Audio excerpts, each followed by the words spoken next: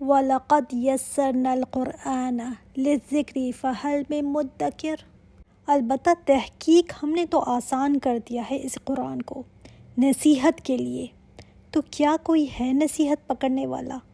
سب سے پہلی بات کہ ہم نے آسان کر دیا ہے اس قرآن کو، کس چیز کے لیے آسان کر دیا ہے؟ للذکری، نصیحت کے لیے، یاد دہانی کے لیے۔ اچھا، ذکر کیا ہوتا ہے؟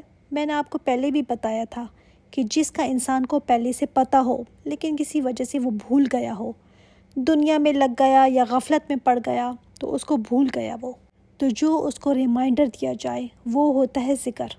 ریمائنڈر اس چیز کا ہوتا ہے نا جو چیز پہلے سے آپ کو پتہ ہو، یہ نہیں کہ کوئی نئی چیز بتائی جا رہی ہے، پہلے ہی پتہ ہے مگر بھول کی وجہ سے ذہن سے پیچھے چلی گئی ہے، تو اب اس کو ریمائنڈ کرایا جاتا ہے کہ یہ ایسی بات ہے، تو دوسروں کو یاد آ جاتا ہے، ہاں اچھا ہے تم نے مجھے یاد کرا دیا، یہ ہوتا ہے ذکر۔ تو یہ قرآن ریمائنڈر ہے۔ اور کیسے اس کو آسان کر دیا گیا کہ کوئی بھی چاہے ان پڑھ ہو یا چاہے کوئی پڑھنا لکھنا نہ جانتا ہو، زیادہ بوڑھا ہو، بچہ ہو، اگر اس سے نصیحت لینا چاہے نا تو اس سے آسانی سے نصیحت لے سکتا ہے۔ یہ اتنا آسان ہے، اس میں کوئی ایسی بات نہیں ہے جو بالکل اس کو سمجھ ہی نہ آئے۔ نصیحت کے لیے یہ آسان کر دیا گیا ہے، اس میں اس کو سیکھنا، اس کو سمجھنا، میمورائز کرنا سب آ جاتا ہے۔ ہاں، جو چیز ہر ایک کے لیے پاسبل نہیں ہے وہ یہ کہ اس میں سے مسئلے ڈرائیو کرنا، جیسے علماء کرام نے کیسے انہوں نے اپنی زندگیاں لگا دی مسئلے ایکسٹریکٹ کرنے کے لیے، اس کی ڈیپتھ میں اترنے کے لیے۔ آپ صلی اللہ علیہ وآلہ وسلم نے فرمایا نا کہ قرآن کے عجائب کبھی ختم نہیں ہوں گے، کبھی نہیں، اہل علم اس سے کبھی سیر نہیں ہوں گے، یعنی اہل علم کا کبھی اس سے پیٹ نہیں بھرے گا، علم والے اس میں غوطہ لگاتے رہیں گے اور نئی سے نئی بات، نئے سے نئے مسائلوں کا حل اس میں سامنے آتا ہی رہے گا۔ ان کا پیٹ کبھی نہیں بھرے گا اس سے کہ بس ایک دفعہ میں نے کر تو لیا ہے، نہیں۔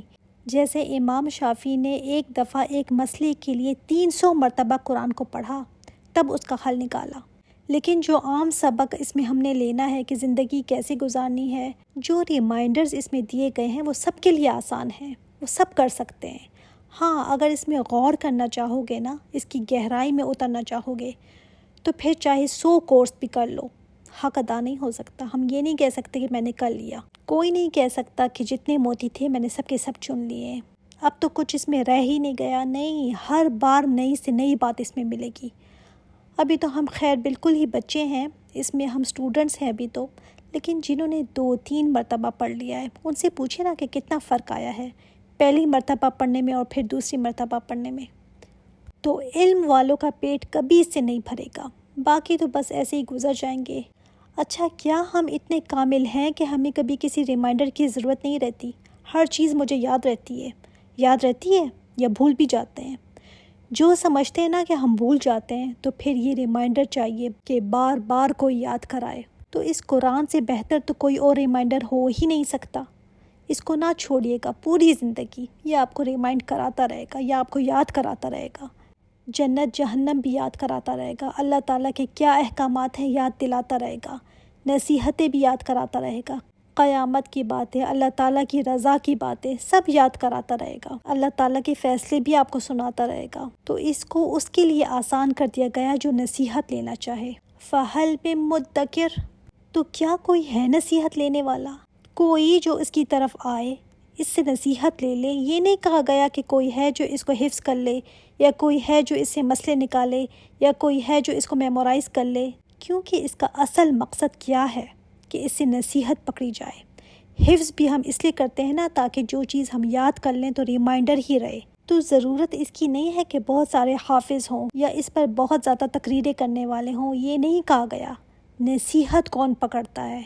ہو سکتا ہے کوئی بہت بڑا حافظ ہو لیکن نصیحت اسے پھر بھی نہ حاصل ہوئی ہو، تو کیا فائدہ پھر؟ اللہ تعالیٰ نے فرمایا ہے اس سے سبق لو اپنی زندگیوں کے لیے، اپنی زندگی کو سیدھا کرنے کے لیے اس میں سے باتیں لو۔ اگر ہم نے لے لی ہیں تو الحمدللہ، اور اگر نہیں لی تو پھر چاہے 2 دفعہ اس کو پڑھ لیں یا 10 دفعہ بھی پڑھ لیں، فائدہ نہیں ہے پھر کوئی، کیونکہ پوچھا جا رہا ہے کوئی اس سے نصیحت لینے والا؟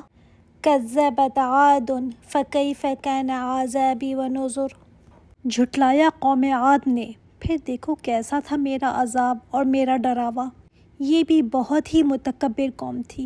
تو اللہ تعالیٰ نے فرمایا ہے اِنَّا أَرْسَلْنَا عَلَيْهِمْ رِيحًا صَرْصَرًا فِي يَوْمِ نَحْسٍ مُسْتَمِرٍ، تو ان پر ہم نے بھیجی ہوا، ریحًا مطلب یخ ہوا، بہت سرد ہوا تھی، صرصراً شاں شاں کرتی ہوئی، فی یوم نحس مستمر، ایسے دن میں جو نحوست والا تھا، مسلسل 7 راتیں اور 8 دن یہ ہوا چلتی رہی ان پر، ایسے دن میں جو منحوس تھا۔ اچھا، کیا دن بھی منحوس ہوتے ہیں یا شخصیات منحوس ہوتی ہیں؟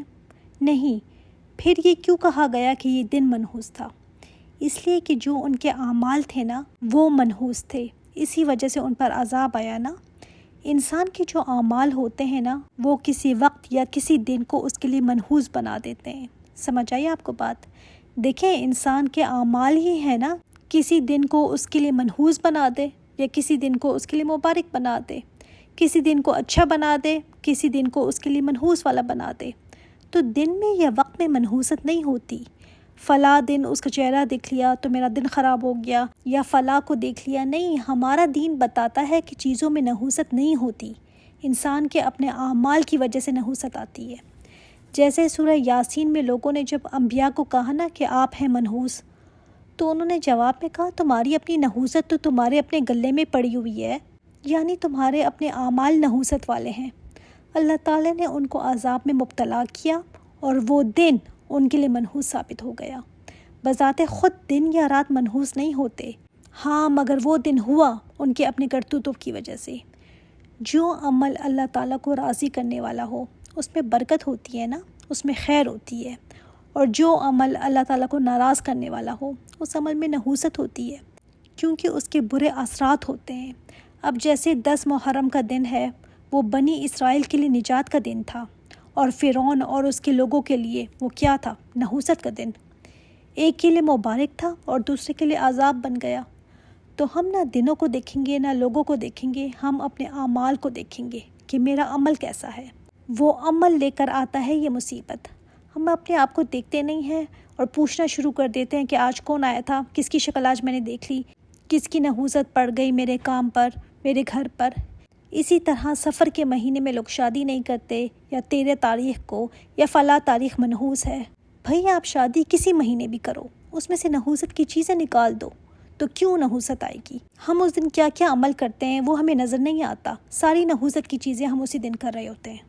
تنزع الناس كأنهم اعجاز نخل منقعر، اکھاڑ کر پھینک رہی تھی لوگوں کو گویا کہ وہ تنے ہیں کھجور کے جڑ سے اکھڑے ہوئے، ایسے ہی ان کو اٹھا اٹھا کر پٹخ رہی تھی۔ حالانکہ یہ لوگ اتنے طاقتور تھے کہ جب آندھیاں چلتی تھی نا تو یہ آدھے آدھے زمین میں چلے جاتے تھے اور کہتے تھے ہمیں کیا ہوگا، دیکھو بہت لمبے تھے یہ، اس لیے ان کو تنوں کے کھجوروں سے تشبیہ دی گئی۔ اور جو قوم جتنے بڑے بول بولتی ہے نا، جتنا تکبر سے بولتی ہے، اللہ تعالیٰ اس کو اسی طرح کے ہلکے عذاب سے ختم کر دیتا ہے۔ یہ کہتے تھے نا ہم سے طاقتور کوئی ہے ہی نہیں، اللہ تعالیٰ نے بھی ہوا کو بھیج دیا، حالانکہ ہوا کو ہم کچھ سمجھتے ہی نہیں ہیں۔ اس ہوا کا ہمارے ارد گرد کتنا پریشر ہے، یہ تو چلتی رہتی ہے، ہم نے آج تک ہوا کو کوئی مسئلہ سمجھا ہی نہیں، لیکن اسی ہوا کو اللہ تعالیٰ نے ایسا کر دیا کہ لو اب اسی ہوا سے ہم تمہیں ہلاک کریں گے۔ تم کہتے ہو نا تم سے زیادہ طاقتور کوئی نہیں ہے، تو لو بس ہوا ہی کافی ہے تمہارے لیے۔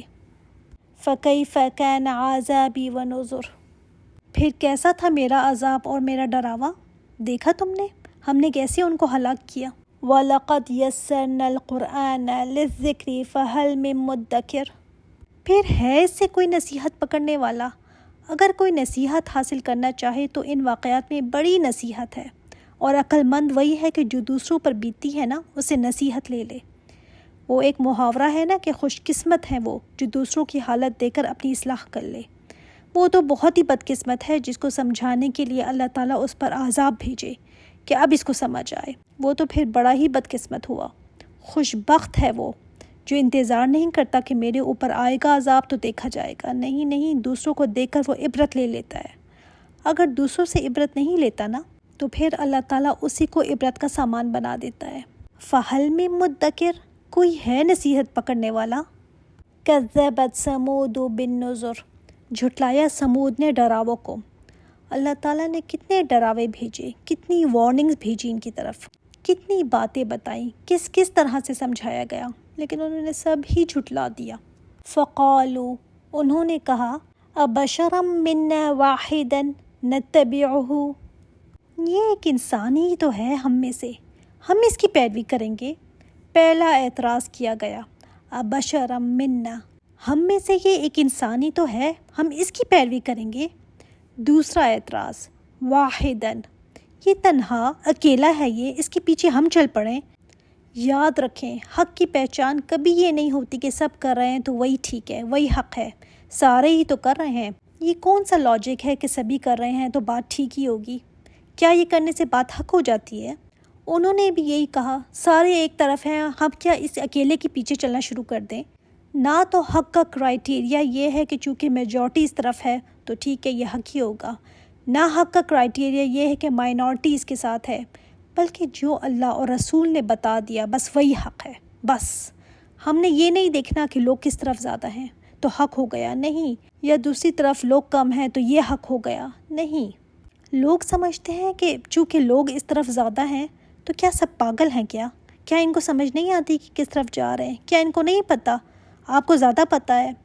کبھی کبھی نہ صرف ایک بندہ بھی حق پر ہو سکتا ہے۔ وہ صالح علیہ السلام اکیلے تھے نا، تو لوگ کہنے لگے ہم کیوں اس اکیلے کے پیچھے چلیں؟